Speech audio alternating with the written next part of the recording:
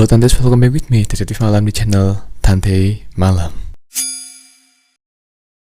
Liburan merupakan suatu kegiatan yang menyenangkan, apalagi jika liburan bersama orang terdekat atau terkasih. Misal, liburan bersama keluarga, sahabat, ataupun pasangan. Tapi, terkadang liburan bisa saja menjadi sebuah insiden. Sebuah liburan keluarga yang sempurna di tepi pantai Portugal berubah menjadi misteri kriminal paling terkenal di dunia. Hanya butuh waktu 30 menit bagi seorang anak berusia 3 tahun untuk lenyap tanpa jejak dari tempat tidurnya. Memicu pencarian internasional yang berlangsung selama hampir 2 dekade lamanya, menghabiskan jutaan dolar dan menghancurkan reputasi banyak orang. Pada tanggal 3 Mei tahun 2007, Pariadalus, Portugal merupakan sebuah desa nelayan yang tenang dan menjadi destinasi favorit bagi turis Inggris. Bagi keluarga McCann, ini seharusnya menjadi liburan musim semi yang sempurna. Kate dan Gary, sepasang tersukses dari membawa ketiga anak mereka untuk menikmati matahari Mediterania. Namun, dalam hitungan menit di malam tanggal 3 Mei, liburan impian itu berubah menjadi mimpi buruk. Seorang anak perempuan berusia 3 tahun, Madeleine McCann, menghilang dari tempat tidurnya tanpa jejak. Hampir 2 dekade berlalu, ratusan teori muncul, ribuan saksi diperiksa, dan jutaan pound sterling dihabiskan. Dari tuduhan terhadap orang tuanya sendiri hingga kemunculan tersangka predator seksual lintas negara.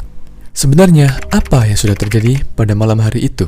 Jadi, pada hari Kamis 3 Mei tahun 2007, merupakan malam terakhir sebelum keluarga McCann pulang ke Inggris. Pada pukul 20.30, Kate dan Gary menidurkan Madeleine dan adik kembarnya yang masih bayi di kamar apartemen mereka. Kemudian, mereka makan malam bersama 7 teman mereka di restoran tapas yang hanya berjarak 50 meter dari apartemen tempat anak-anak mereka tidur. Karena sedikit khawatir dengan kondisi anak-anak mereka yang tengah tidur, jadinya mereka membuat kesepakatan agar bisa memastikan anak-anak mereka ini aman-aman saja. Sistemnya sederhana. Setiap setengah jam, salah satu dari orang tua atau teman mereka akan kembali ke kamar untuk mengecek anak-anak. Pada jam 9:05, Gary mengecek dan melihat ketiga anaknya masih tidur nyenyak. Namun pada jam 10, ketika giliran Kate yang mengecek, terjadi sesuatu yang janggal. Saat dia masuk ke kamar, dia merasakan hembusan angin dingin gitu. Jendela kamar terbuka lebar, tiranya berkibar. Saat dia melihat tempat tidur, Madeleine sudah tidak ada. Kate seketika langsung berteriak dong karena salah satu anak dia tiba-tiba menghilang tanpa jejak. Karena teriakan itu, orang-orang yang ada di apartemen itu seketika keluar semua. Dan Gary dan teman-temannya pun langsung berlari untuk mencari tahu apa yang sedang terjadi. Mengetahui putrinya hilang, akhirnya mereka langsung menelpon polisi. 2 petugas polisi lokal akhirnya datang ke TKP pada jam 11:10, yang dimana itu sekitar 1 jam setelah Madeleine diketahui menghilang.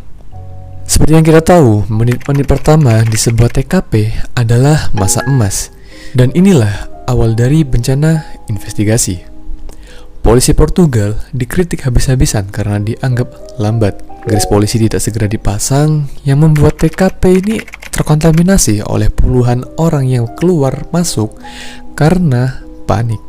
Pada awalnya, polisi setempat menganggap bahwa Madeleine ini hanya tersesat atau sedang berkeliaran, bukan diculik, yang menyebabkan hilangnya waktu kritis pada tahap awal penyelidikan. Seperti yang kita tahu dalam dunia penculikan anak, 3 jam pertama adalah segalanya. Sedangkan polisi yang bertugas untuk menangani kasus kriminal ini baru tiba di TKP sekitar jam 1 pagi. Investigasi pencarian akhirnya dimulai. Tak butuh waktu lama, polisi akhirnya menemukan nama yang dijadikan tersangka pertama. Nama tersangka itu adalah Robert Murat. Siapa sebenarnya Robert Murat ini? Robert Murat adalah seorang warga Inggris yang sudah lama tinggal di daerah pemukiman yang dekat yang menjadi lokasi TKP hilangnya Madeleine. Mendengar peristiwa itu, Murat yang juga tinggal di dekat TKP tak bisa hanya berdiam diri gitu. Dia ikut sibuk membantu kesana kemari untuk mencari Madeleine. Karena di saat pasca penculikan, si Murad ini selalu hampir kelihatan di mana-mana. Polisi akhirnya menyeret Murad untuk diselidiki dan dijadikan tersangka pertama. Namun, setelah penyelidikan intensif, tidak ada bukti yang menghubungkannya dengan hilangnya si Madeleine. Seiring berjalannya waktu, mata polisi mulai beralih arah ke yang lainnya. Disinilah narasi mulai berubah arah. Fokus beralih ke orang yang paling menderita, yaitu Kate dan Gary McCann, atau orang tua dari Madeleine sendiri. Pada September tahun 2007, atau 4 bulan setelah kejadian, polisi Portugal menjatuhkan status arguido atau tersangka resmi kepada Kate dan Gary McCann. Dasar utamanya adalah 2 anjing pelacak spesialis dari Inggris. Anjing-anjing ini memberikan sinyal adanya bau mayat dan darah di balik sofa apartemen 5A dan di dalam mobil sewaan keluarga McCann yang baru disewa 25 hari setelah Madeleine menghilang. Banyak teori-teori liar bermunculan yang dimana Madeleine ini diduga meninggal karena kecelakaan atau dosis obat penenang yang salah. Lalu orang tuanya menyembunyikan jasad Madeleine dan menggunakan mobil sewaan ini untuk memindahkan jenazahnya si Madeleine. Media Inggris dan Portugal akhirnya terbelah. Namun, tes DNA dari bagasi mobil tersebut terbukti inkonklusif oleh laboratorium di Inggris. Status tersangka mereka akhirnya dicabut pada tahun 2008 karena kurangnya bukti. Bertahun-tahun berlalu dengan ribuan laporan penampakan yang palsu, hingga pada tahun 2011, pemerintah Inggris meluncurkan Operation Greens. Setelah meninjau ribuan dokumen, muncul satu nama yang mengubah segalanya.